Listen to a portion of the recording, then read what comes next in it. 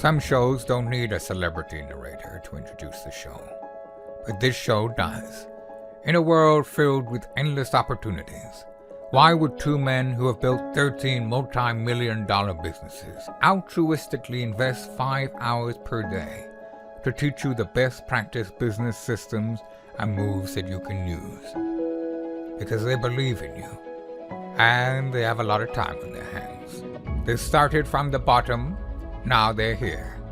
It's the Thrivetime show starring the former U.S. Small Business Administration's Entrepreneur of the Year, Clay Clark, and the entrepreneur trapped inside an optometrist's body, Dr. Robert Zillner. 2 men, 8 kids, co-created by 2 different women, 13 multi-million-dollar businesses. We started from the bottom, now we're here. We started from the bottom, and we'll show you how to get here. Started from the bottom, now we're here. We started from the bottom, now we're here. Started from the bottom, and now we're at the top, teaching you the systems to get what we got. Colton Dixon's on the hooks, I break down the books. The seeds bringing some wisdom and the good looks. As the father of 5, that's why I'm alive. So if you see my wife and kids, please tell them hi. It's the CNC up on your radio, and now 3, 2, 1, here we go. We started from the bottom, now we're here. We started from the bottom, and we'll show you how to get here. Started from the bottom, now we're here. We started from the bottom, now we're here. We started from the bottom, now we're here. We started from the bottom, and we'll show you how to get here. Started from the bottom, now we're here. Has anybody, and again, I know what we know about Hollywood, and I'm not trying to go there with it, but who's ever watched Forrest Gump? Who's ever watched Catch Me If You Can? Oh, those are 2 movies. So the guy who is the main star of Catch Me If You Can, he lived in Tulsa, where I'm from, Tulsa, Oklahoma. And I've always been the kind of guy, and I don't know if it's a good thing or a bad thing or what that is, I've always been the guy who believed that I could do it. You know, and I used to stutter as a kid. I couldn't talk, until I was about 12. We didn't have any money, but I always been the guy who's thought to myself, why can't I go meet George Foreman? I like George Foreman, Big George, the lean, mean, grill machine. Why can't I go meet him? And so I did, I've always thought why can't I interview Wolfgang Puck? And so I did, And why can't I spend a day with the founder of Hobby Lobby and let him follow me around? Let me follow him around all over those. That's fun, by the way, when you follow, I call it shadowing. You shadow a super successful person. And there's 3 great ways to learn that you should learn, and then 3 great ways to learn, and then we'll introduce our speaker. One is you can learn by just studying idiots. So you could go to the beach over there, what was it, Venice Beach? And you could walk around, and you could say, I have a question. What are the steps that you've taken to get here? My wife and I did a pedicab in Venice Beach a few months ago, and the guy driving the pedicab said, sir, I am intoxicated, and I do want you to know that. And I go, well, that'll be exciting. But to get to a place where you're in your mid-40s and you're completely hammered during the middle of the day on Venice Beach as a pedicab guy, it requires a certain commitment to jackassery. So one way to become successful is to study what unsuccessful people do and just reverse it. Second is you can reach out for mentors. But the problem is most people that I've met, that I've interviewed on my podcast who are super successful, they're not wanting to come mentor me or you because they're out doing it. They don't want to watch a movie about becoming successful. They are successful, and people want to make a movie about them. So you got to find mentors. That's a great way to do that. And the third tool that I think is powerful, I think it's a powerful tool. Again, this is not a shameless plug for what I do, but it's just find books written by super successful people. Find interviews, find audio, but find a way, because your mind becomes what the mind is fed. The mind becomes what the mind is fed. And so I'm a Christian, and everything I hear is filtered through that, So But I encourage you, today's guest, I didn't bring him here because he's a leader of a ministry. I didn't bring him up here because he's leading a church somewhere. I didn't bring him up here because he's an expert about Matthew 24. I brought him up because he's the world's #1 publicist ever in the history of marketing. There is nobody who's had more success as a publicist, and he's dyslexic, and it's not a backhanded compliment, and he's a best-selling author, and he is a man that I call my friend, and now I hope soon you can call him your friend too. Ladies and gentlemen, please stand to your feet and greet my good friend and yours, Michael Levine.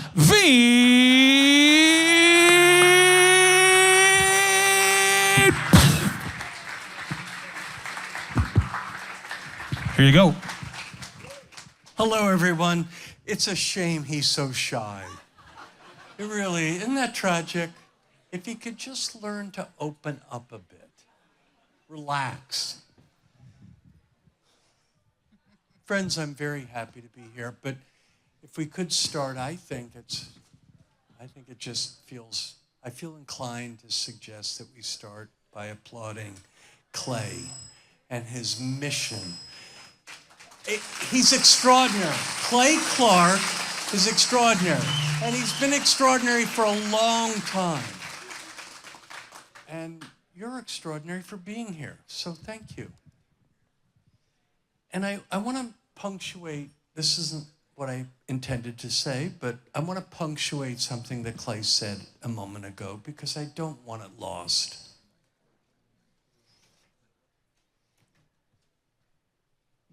Friends, I'm not very bright. Honest to God, I'm not very bright. But I am above average at watching what bright people do. And damn it, that's been helpful. And the truth is that I might be even better at watching what dopey people do. And you know what? Isn't that worth thinking about? If you watch what really impressive people do, and then also with equal acuity, watch what dopey people do, and you simply don't do what the dopey people do, and you do a lot of what the smart people do, you're going to win. You're going to win. Now,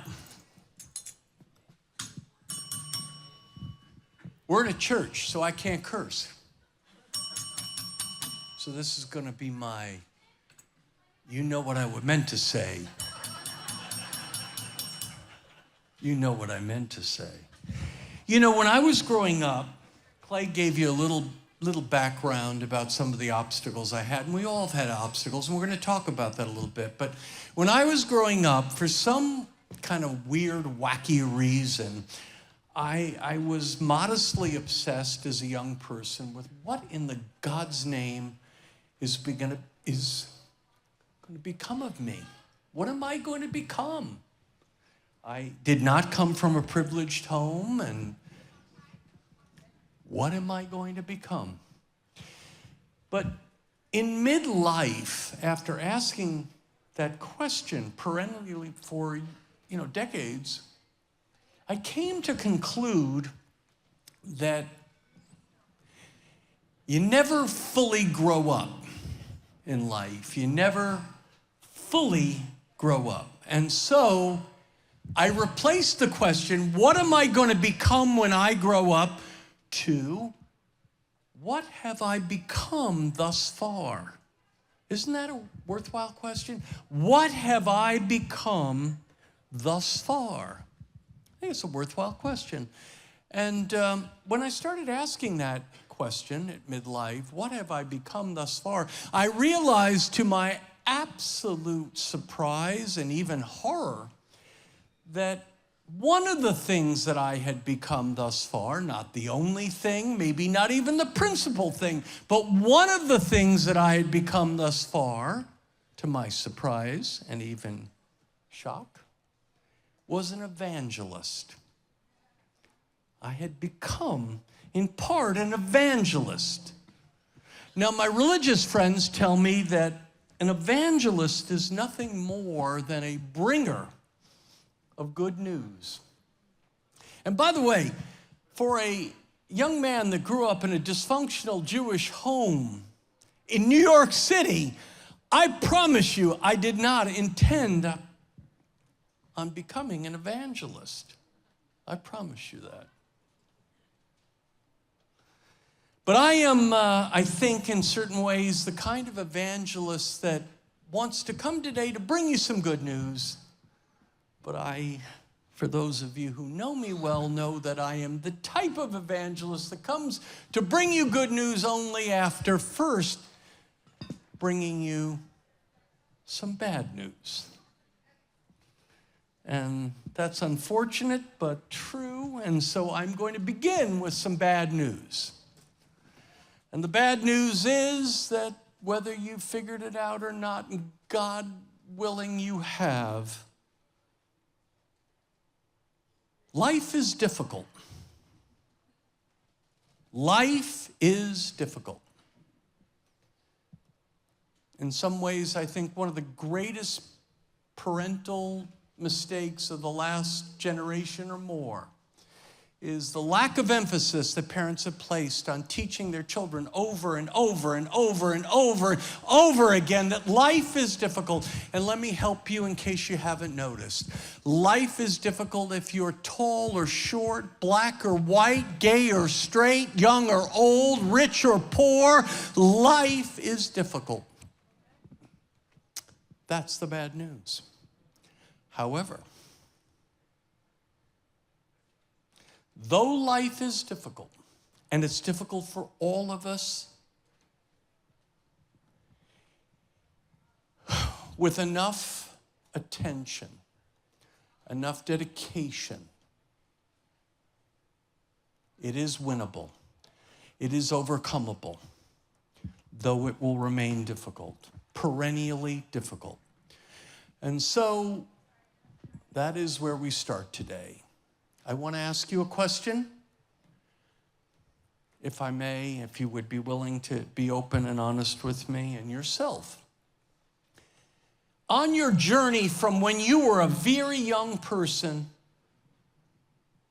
on up on the path that you're still on, how many of you felt that you were in early life and on your journey up an underdog, maybe a misfit of some type, didn't quite fit in?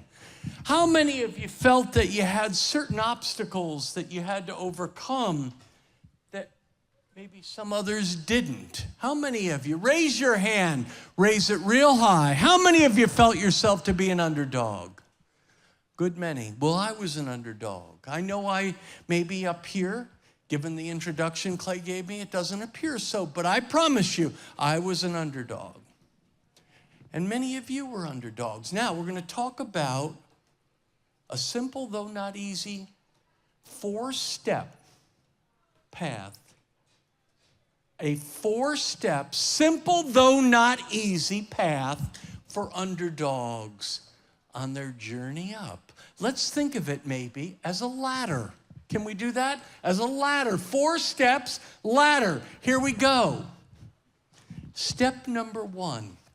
And by the way, how many of you, by the way, have met young people in their lives that say, I can't get a job, I can't get a job, I can't find this, I can't get a job. Have you done that? Have you run across many young folks that have shared that with you? Well, friends, I'll get them a job in an hour. See, I'll get them a job in an hour. You want to know how we're going to do it? Very simple. Step 1, work for free. How about it? Work for free. Only you're going to come to understand that it's not free. You're getting well paid if you got a brain, because it's called knowledge and opportunity. See, a jackass, whoops, I better, well, hold on now. Wait a second now. A young person that doesn't think too straight, which is about 99.9%, particularly in today's world, thinks they're working for free. I'm not getting paid. Son, come on. You're getting well paid with knowledge and opportunity. You do that first step, work for free. Very hard for people to resist free. See? Now, here's some good news. Because that doesn't sound too good at first, right? Work for free. But here's some good news. Ready? It's not going to be long. It's not going to be long. See, it won't be long.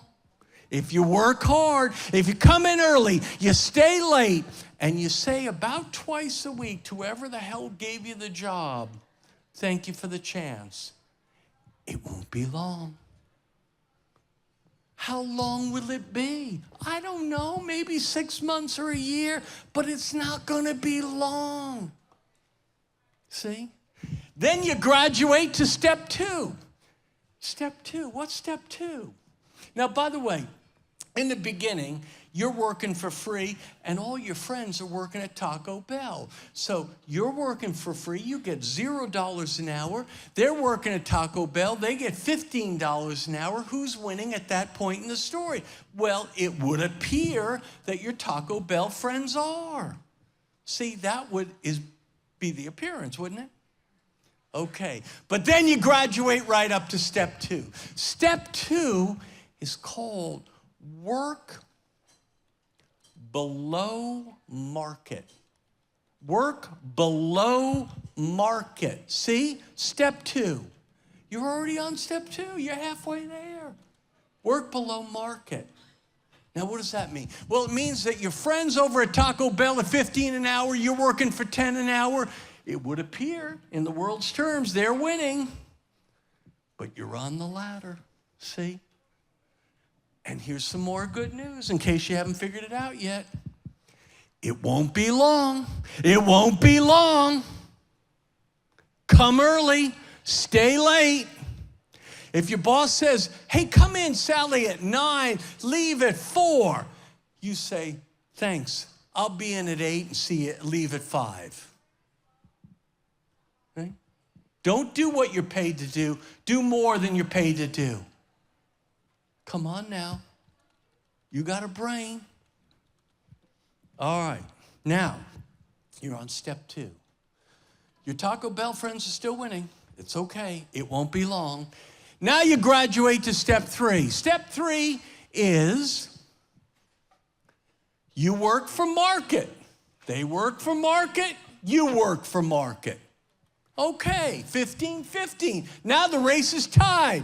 Not to worry. Not to worry. It won't be long. It won't be long. Because before long, if you got a brain and you listen to Clay and other people like Clay, friends, step 4 is your Taco Bell pals are working for market and you're working for a fortune. Because, in case you haven't figured it out, let me help. Profits, write it down, would you please? Profits are better than wages. Have you figured that out? If you haven't, stay with me later and I'll visit with you. Profits are better than wages. See? Isn't that interesting? So, there's the 4 steps. Anyone can start yesterday. They can start today. Next time a young person comes up to you and gives you a sob story, say, you know what? This isn't serving you, son. Come on now, Mary, you got to do better than that. You were born in America. Now look, I was born in April of 1954. April of 1954. At the moment I was born in New York City in April of 1954, there was a 1 in 30 chance, a 1 in 30 chance that I would have been born in America. See, 29 out of 30 people born on that damn day were not born in America. So guess what? In case you haven't figured it out, I won the ovarian lottery. And guess what? You born in America, as screwed up as it is now. And we're going to hopefully turn this around, and if we do, it's because of entrepreneurs. Washington ain't going to fix it, in case you haven't figured it out. Your people in Sacramento, by the way, they're not only not going to fix it, they're going to screw it up as best they can. Entrepreneurs are our only hope.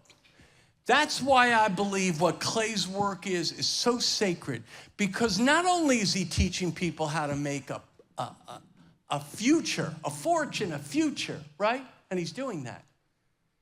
He is contributing in ways that are, listen, if you said to me, who do you think is helping America more? Clay Clark or 40 of the 50 state governors in America? I'd say, well, I don't know, but my bet is on Clay. What do you think? And I know for sure he's doing better than that guy in Minnesota. For sure. I mean, come on, man. That's a low bar. All right. So there we are. That's the start, isn't it? Now, I've come to tell you a little story, and then we're going to give you plenty of time for questions, comments, suggestions, and alternative speeches. And like Charlie Kirk, if you disagree, you come up first. Hey, that's how it goes. All right. Now, as I began my journey, I became obsessed with a question that I really found powerful, important. A question that I was obsessed with in my new career many years ago was, what was it that super successful people knew, adopted, had as part of their mindset, lifestyle? What was it that they knew that mere mortals like me didn't know? Was there something? Was it all just luck, or was there something? Now, at first, when I started to ask the question, it would appear, to my eye, there wasn't anything.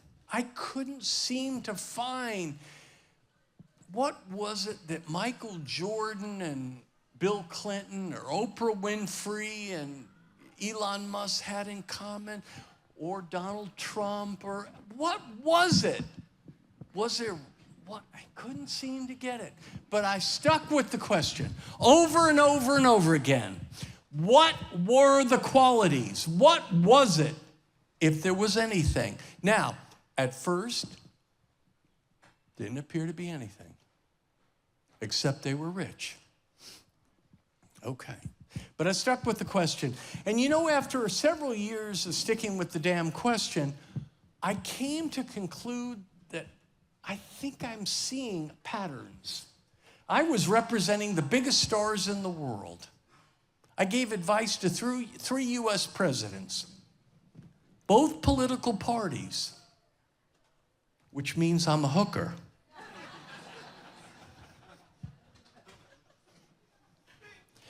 And the three qualities that I think I discovered in all super successful people. Now remember, listen to me. I didn't say successful.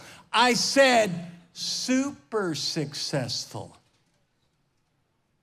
I didn't say successful, son. I said super successful. Pay attention. What was it? And you know what I came to conclude? There were three qualities present in all super successful people, including our president here, and including anyone you can think of, dead or alive. All super successful people had three qualities present 100 times out of 100, okay? It wasn't a 99 deal. It was a 100 deal. Here we go. Write them down. I'm going to try to do it in a way that might be memorable for you, but we'll see. You'll get to grade me later. Here we go. Number one, all super successful people had a quality that I would refer to as obsession. Obsession. a burning, maniacal rage as if your life depended on it. Maybe you didn't hear me. All super successful people had a quality, a mindset of obsession, as if your life depended on it. Okay, obsession. Number two, all super successful people had a sense of optimism.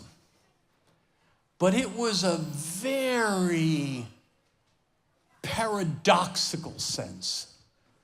Now, dear friends, if you don't feel you have a good working definition of the word paradox, I would encourage you to go visit your uncle ChatGPT and look it up. See, why is that? Because, you know, friends, so much of life is rich, pregnant with paradox. Isn't that worth thinking about? Okay. The optimism that our super successful people had was not naive. Oh, if I'm a good person, good things will happen.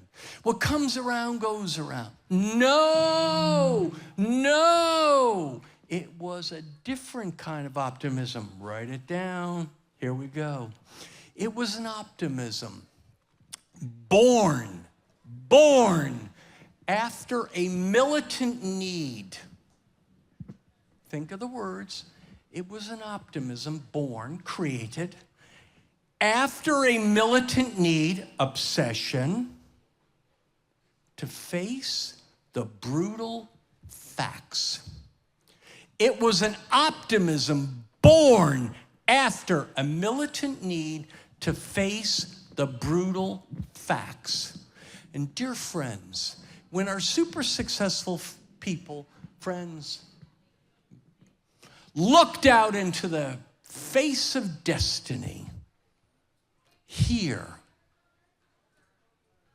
were the two brutal facts that they stared into the face of.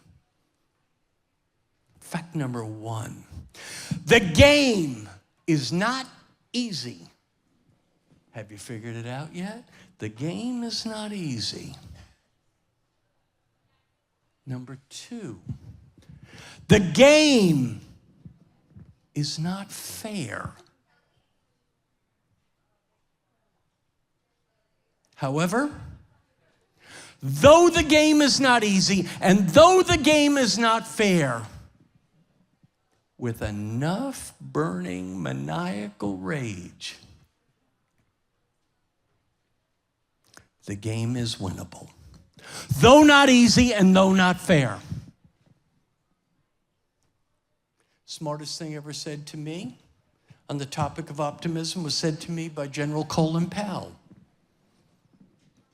He said it in only 6 words. It's hard to be profound in 6 words. Try it sometime. Try it. Here's what he said. Write it down, darling. Perpetual optimism is a force multiplier. He's a military general. What he was trying to say, I believe, is that if you take 50 men and you put them, or women, and you put them in an environment and you saturate them with negativity, those 50 men can't fight with the force of 2. Isn't that worth thinking about? Those 50 men or women can't fight with the force of 2. However, if you take the same 50 men or women and you saturate them with optimism, those 50 can fight with the force of 5,000. Think about that. Perpetual optimism is a force multiplier. Number 3, obligation. I'm doing them in O's for you so you can, we can remember them together. I'm going to give you a quiz too. Okay. Obligation. Our super successful friends had a way of being in the world that was unique, particularly in contemporary life. They were impeccable with their word. Their word was their word was their bond. They were reverent with time. 10 o'clock on Wednesday didn't mean 11:15 Thursday. They made their obligation with their word was principally to themselves.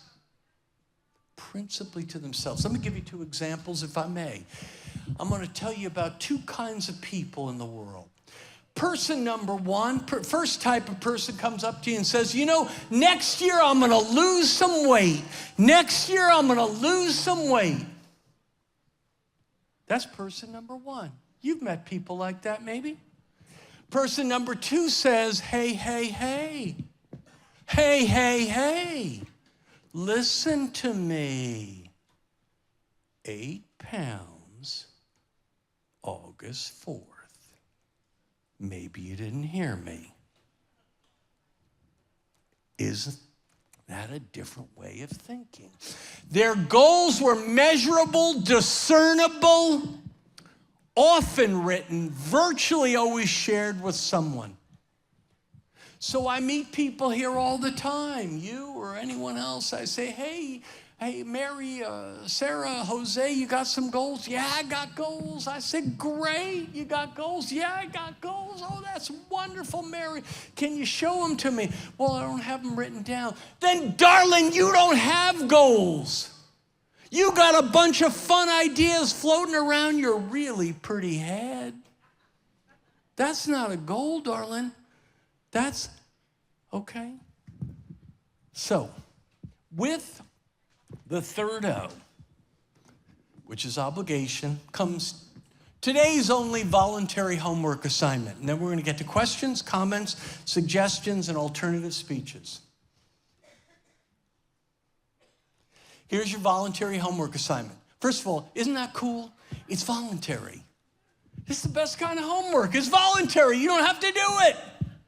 Voluntary. Cool. The best kind. All right. Now, I can promise you if you choose to do it, and I don't know that you will because it's voluntary, but if you choose to do it, you can do it in 10 minutes or less. Not bad. You can do it in the next 24 hours. So far, so good. You can do it for free. Free, 10 minutes or less, next 24 hours. Not so bad. I'm going to make it better. If you do it, I don't know that you will, it's voluntary, but if you do this one homework assignment, just this one, 10 minutes or less for free, if you do this, just this one homework assignment, I will make you a 100% guarantee, 100%, that it will change your life radically, instantly, permanently. It's a big promise. Here, dear friends, is your voluntary homework assignment. Are you ready? Okay. I want you to go home in the next 24 hours and make a commitment to fire your flaky friends. In the next 24 hours, I want you to go home and make a commitment to fire your flaky friends. Did you hear me? Good. Well, friends, I hope this has been some conversation that will get you on a journey to think a second time. Isn't it interesting? When we're young folks, we think about things a first and second time. Then we go to college, we get screwed up there very often, and we stop thinking because we get busy, right? We get busy. We don't think a second time. So these are ideas meant to encourage you to think a second time.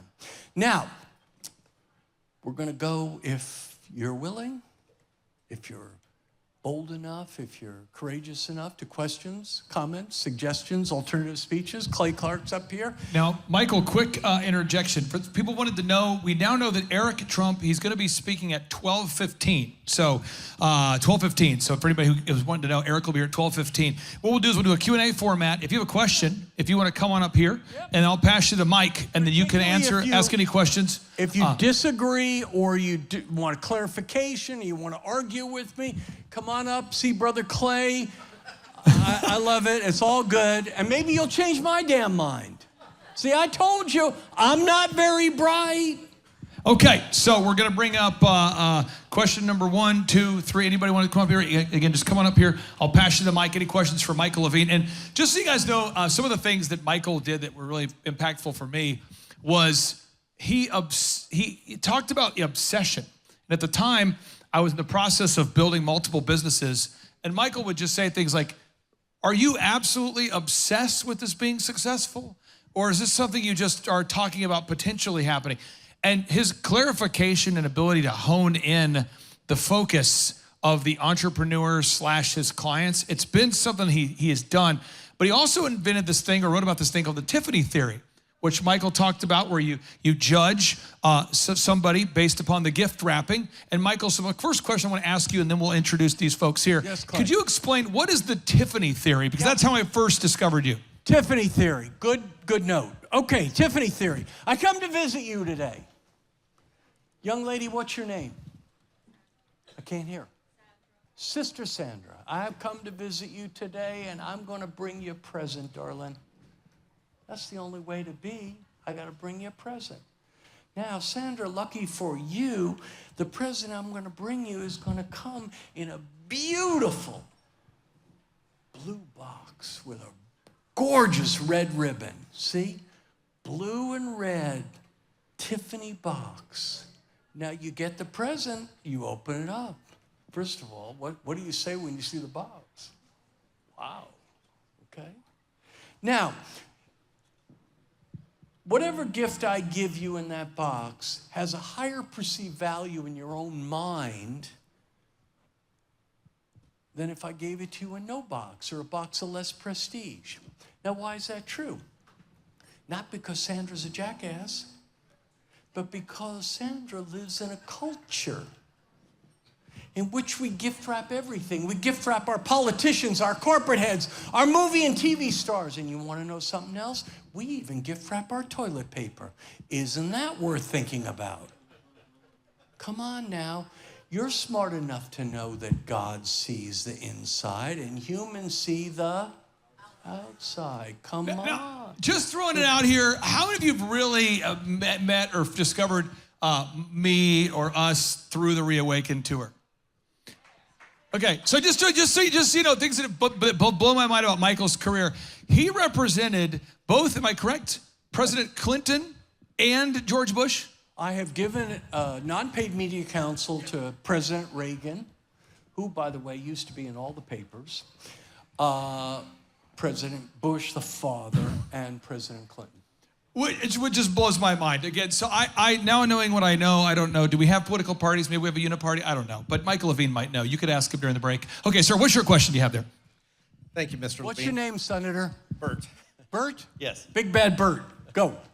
All right, so you talked about firing your flaky friends. I did. I mentioned that. I'm starting a new business, and a lot of the folks here I've met are starting a new business. Yes. How would you recommend to go find what I call Whale Hunting Wednesdays or the ungettable clients?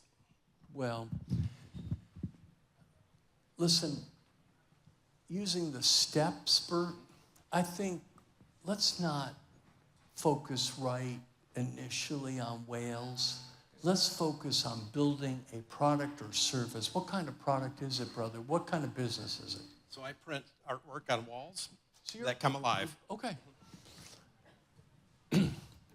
Let's start at step one, shall we? Isn't that an awfully good place to start?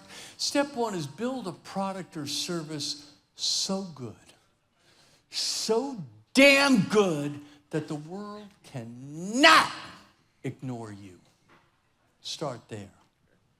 And then Clay has talked so eloquently. I don't think anyone in America that I'm aware of has spoken more profoundly, more relentlessly about the power of reviews. Now, let me mention why, because you might say, well, that's good and true and all that, but why is that profound? Because Clay has an awareness, I don't know if it's intuitive or just awareness, that we're living in a very, very, very cynical age. Let me give you a statistic.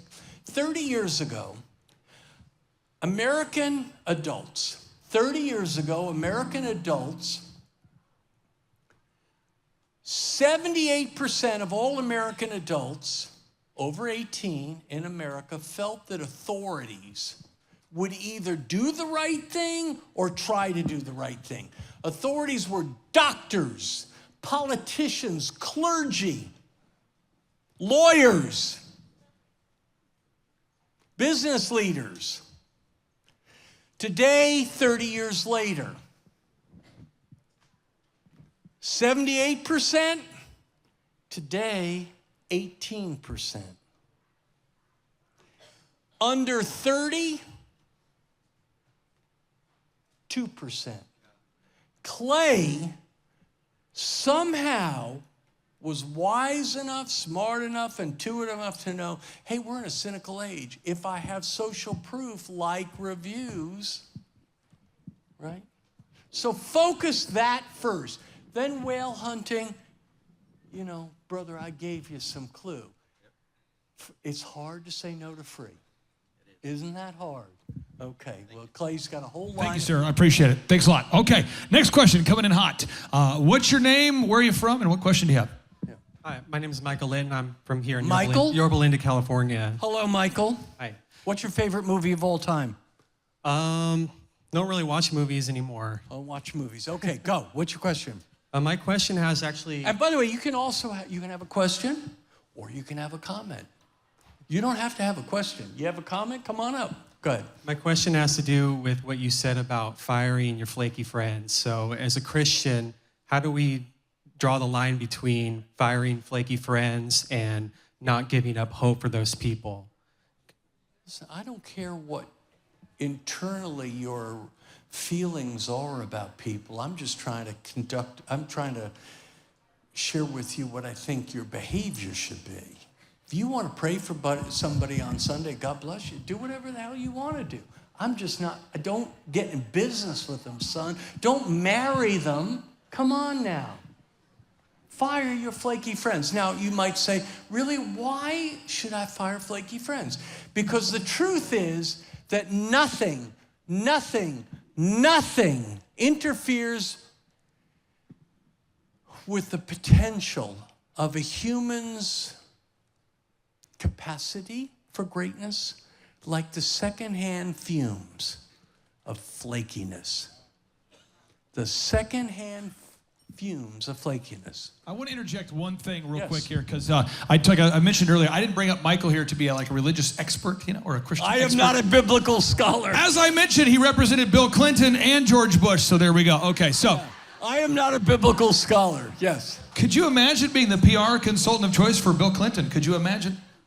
A lot of marketing needed. Okay, so what I want to just throw out, though, is the Bible says, and Sean, you can put it up on the screen, the Bible says, for a companion of fools shall suffer harm. And you might say, who wrote that, right? Well, that's going to be the book called Proverbs, right? The book Proverbs, a book in favor of action, right? Proverbs. However, the homeboy that wrote that book, who wrote that book? Somebody wrote, King Solomon. he had 700 wives and 300 concubines, so he didn't get it all right. And then the follow-up classic to Proverbs, what? You got Ecclesiastes there, is sort of when you get a chance to read the books written by King Solomon, you're going to discover that he earned a lot of money and he made a lot of mistakes. And I think if we're honest, some of us are flaky from time to time, but I want to make sure you get this from a biblical perspective. I want to make sure you get this, is that Michael is super compassionate. And when I met him and I said, hey, I'd like to pay you to teach me certain things, he charged me money for that. And we had a videographer who, God bless him, didn't bring backup batteries to the shoot. Oops. And so I'm paying this guy a large sum of money for 3 hours. I'm just being real. We're paying more than $10,000, let's say, for 3 hours, okay? And my videographer, I can see the radar. Boop, boop, boop, boop, boop, boop, boop. And the guy on my team's like, we're out of batteries. And Michael turns to me and he says, you know, firing flaky friends is the key to success. Because now, during this interview, where you've traveled all the way from Tulsa to this place, and now instead of filming me, you have to go get batteries. And then the young man was like, I'm sorry, I guess I forgot. And Michael, can you maybe share what you remember about that? Because after the shoot, all of our video guys got back to the hotel, and they were like, oh, snap, we're idiots. And so he educated everybody, but it really was helpful because we lost almost a third of the time together. How many tires you got on your car, son? 4. No, you don't have 4. How many tires do you have in his car? Really? How do you count 5? What's the 5th? Oh, you have a spare tire? Is that real? Oh, I didn't know that. Okay, good. Now listen, one other thing about firing your flaky friends. By the way, the #1 candidate of flaky friends to fire, can you guess who it is? It's yourself. If you're flaky, fire your ass. Yourself. Okay? Ding, ding, they got ding, a lot ding, ding, ding. Okay, all right. Next, come on up here. Okay, wow, okay. Ma'am, what is your name and where are you from and what question do you have?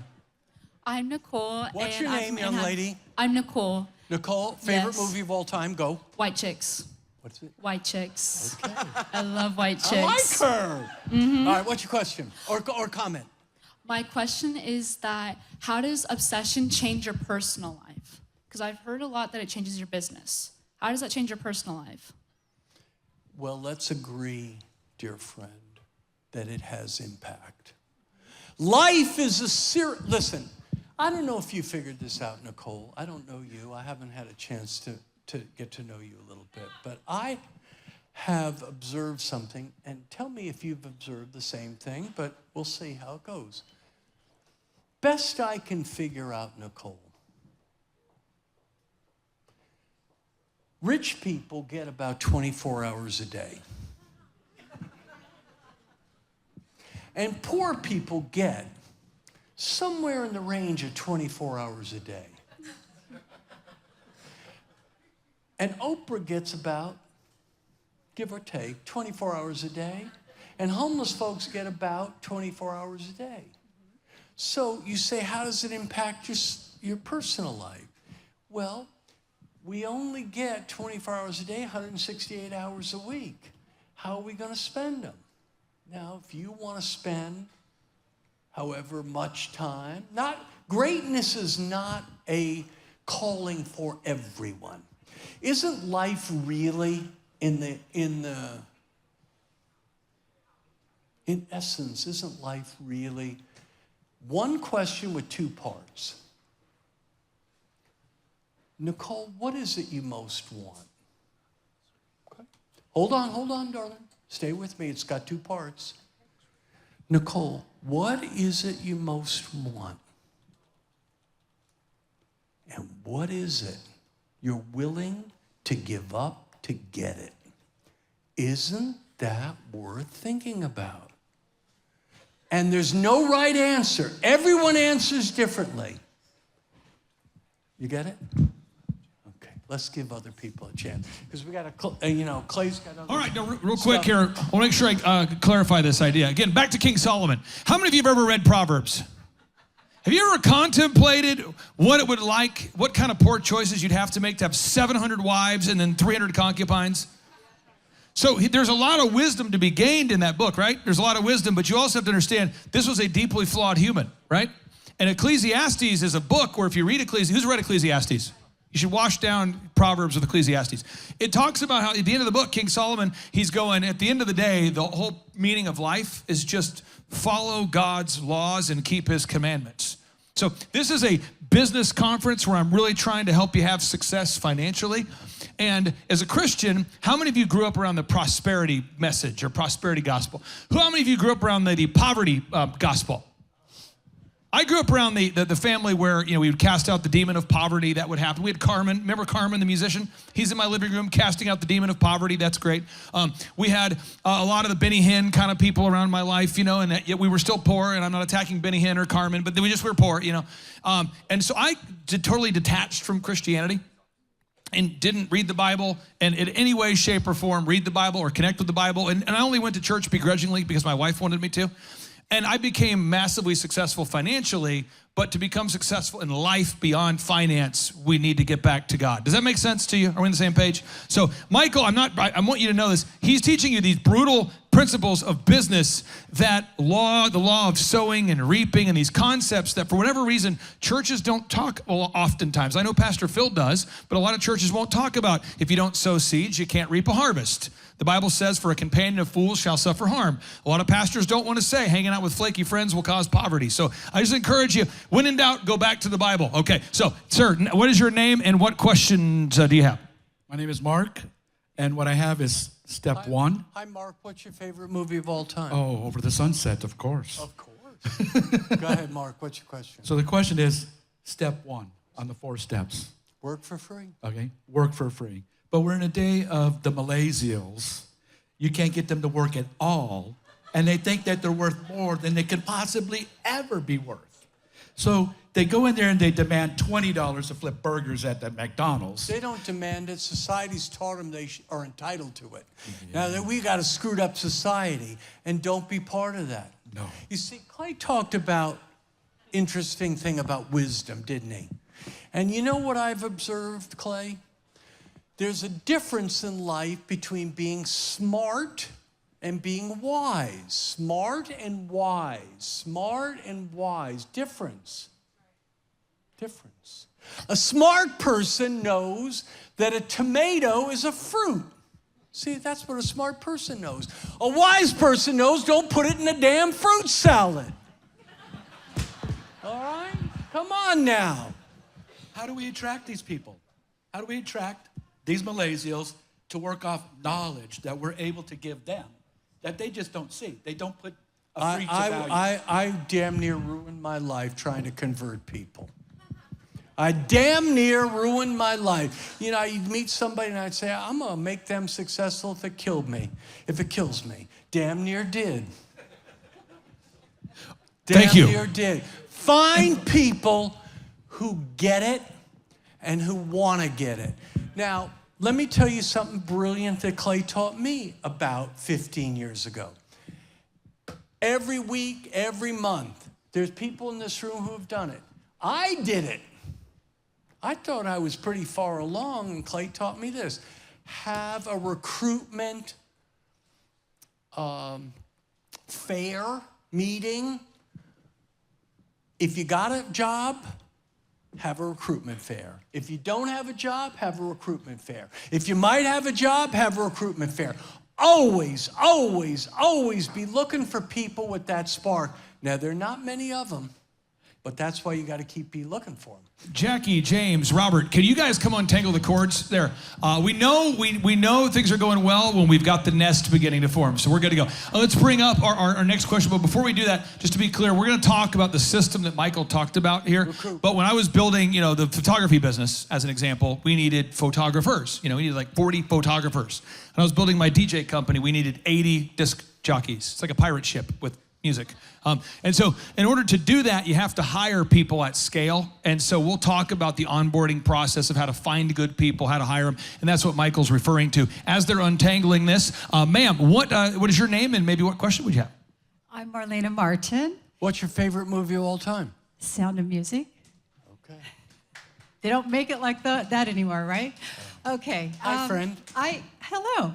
I really loved everything that you've said, but the fire. Every time you agree with me, darling, I think you're brilliant. The fire your flaky friends, that was really my question, and you've answered that with so many other people. But I will make a Question comment. or comment? Yep. Well, when you talk about obligation as one of the top three, and Yes, being friend. impeccable with your word, it's just Yes. a comment about society today, okay? Yes. Finding employees or people to work with you that really honor their word. Yep. We're It's losing. damn near impossible. Yeah, we're losing like service stations. They don't give you service. It's really hard to find people. I find post-COVID. Leaders are called on to do hard things Yes. in case you haven't figured it out. You see, every one of you can say, but it's hard. I say, I know. That's why you're going to win, because you're willing to do hard things. And Clay Steven told you how to do it.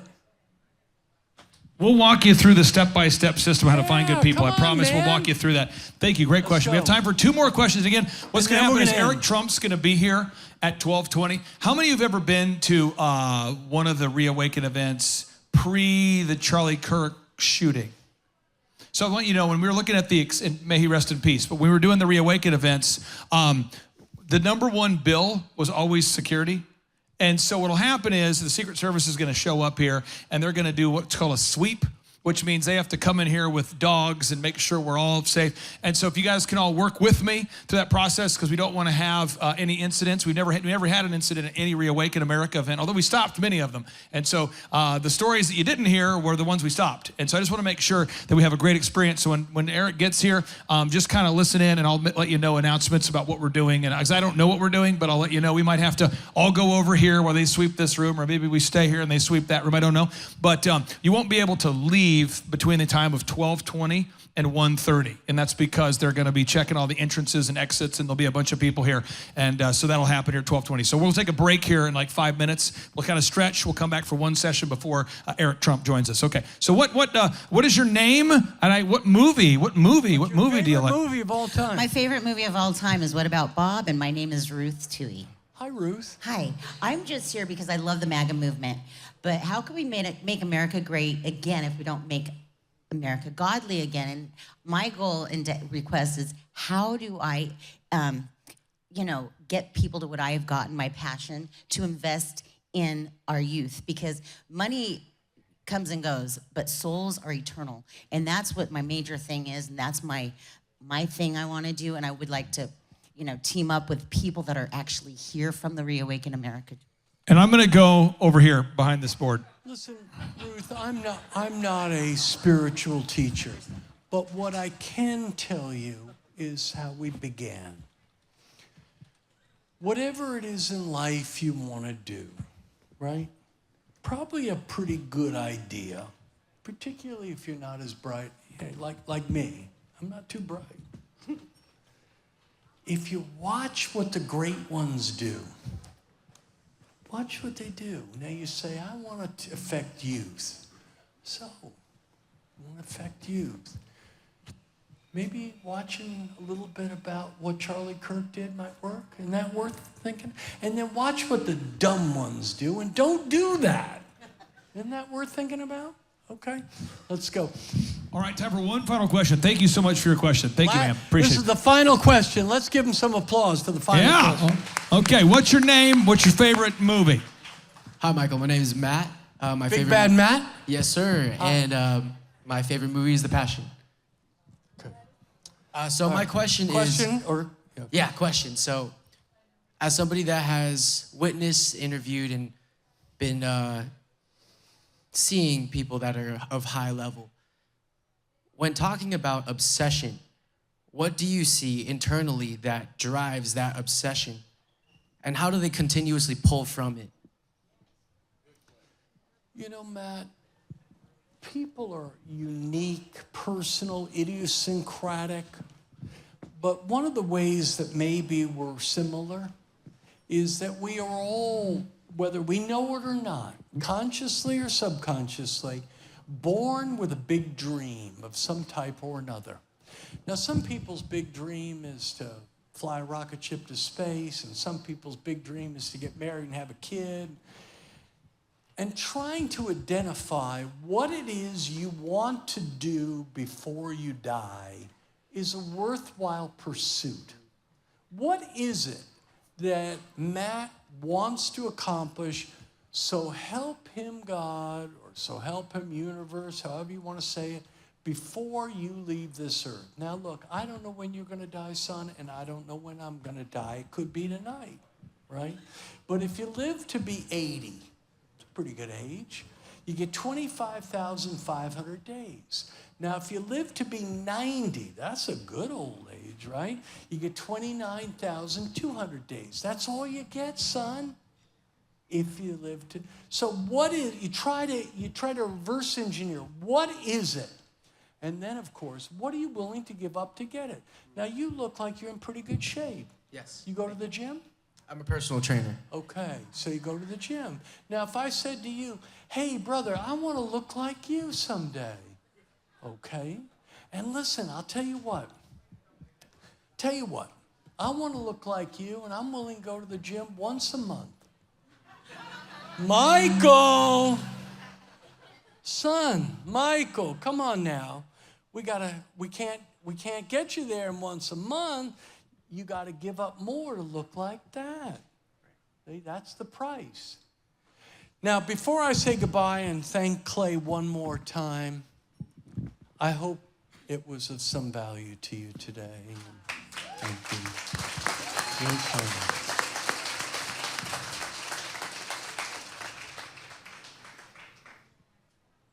If you are a member of this audience, or you're a participant in Clay's entrepreneurial, life-changing, country-saving adventure, I will speak with you. Now, maybe not immediately, but I'll speak with you either by Zoom or phone for 15 minutes. We'll sit, we'll talk about your big dream. Now, there's a lot of people in this room. It's going to take me a while to get through some of them. Not all of you will be interested, but I will do it. I'll commit that as a tribute to this young man right here, okay? So, thank you. I'm going to hang around a little bit, but... Sounds great. Thank you. I just remember the first time that I was in his presence, I was terrified the entire time, and that feeling continues today. I learned a lot from Michael. Michael, thank you for investing time and energy. I appreciate you. There he is, Michael Levine, folks. Yes. All right, and I need Jordan and Danica to join us here. And what we're going to do for a second, Sean, can you cue up Rapper's Delight? Rapper's Delight, that's the Sugar Hill Gang, Rapper's Delight. We're going to take a 5-minute stretch break, okay? Because we're going to do a little stretch, just kind of stretch, because we have Eric coming here, and I want to make sure we have a little time to kind of stretch. So let's take a stretch break, and we're going to come back here at 11:30, our final session before Eric, joins us. So we'll come at 11:30, we'll do a Q&A, then we'll have Eric Trump. So again, and I need Danica and Jordan nearby. I also need Andrew Sorcini nearby. I need to have Pastor Dave Scarlett nearby, Pastor Dave Scarlett if I can, and Josh Spurl nearby, Josh Spurl, and Sean with Suncoast Pest Management. So if I called your name, if you could be nearby, that would be great. And we're going to come back here at 11:30 for our final session before Eric Trump speaks. And Sean, crank it up.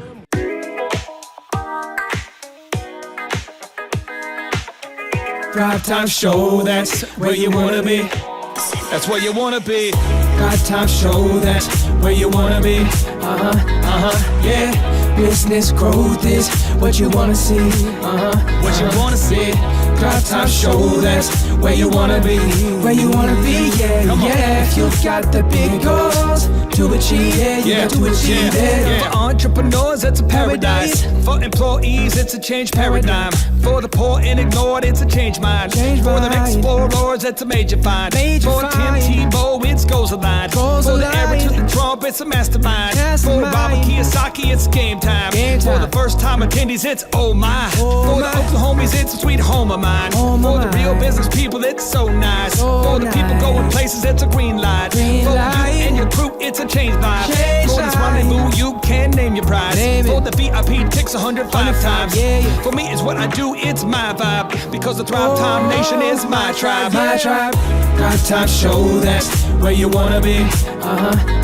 Yeah. Business growth is what you wanna see. What you wanna see. Thrivetime show, that's where you wanna be. Where you wanna be, yeah. Yeah, if you got the big goals to achieve, yeah, you got to achieve it. It's time to thrive, what a time to be alive. Breath in my lungs, thank you, Jesus Christ. You got a chance to cause change upon the land. So beat that clock by your diligence. It's up to you, do you prefer to keep making the wrong turns, or to turn it all around after you take the time to learn? Without vision, the people perish. Lack wisdom, you get embarrassed. Or be humble, grow 1,000-fold. Reap a harvest and share it.